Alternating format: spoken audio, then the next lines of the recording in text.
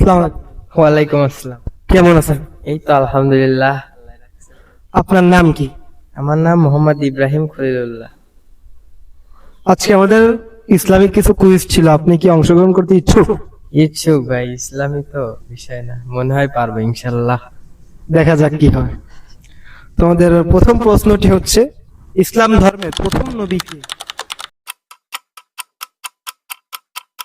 আদম আলাইহিস সালাম। উত্তরটি সঠিক। আমাদের পবিত্র গ্রন্থ কোনটি? কুরআন। উত্তরটি সঠিক। দিনে কত ওয়াক্ত নামাজ একজন মুসলিমের উপর ফরজ? 5 ওয়াক্ত। উত্তরটি সঠিক। রোজা কোন মাসে রাখা হয়? আর রমজান মাসে রাখা হয়। উত্তরটি সঠিক। কাবা শরীফ কোথায় অবস্থিত? মক্কায়। উত্তরটি সঠিক।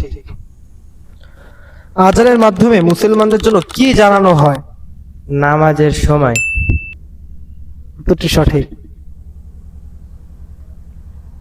ইসলাম ধর্মের মূল ভিত্তি কত?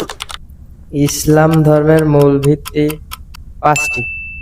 উত্তরটি সঠিক। সুবহানাল্লাহ এর অর্থ কি?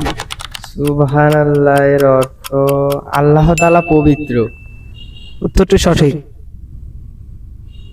হজ পালন করা কাদের জন্য ফরজ?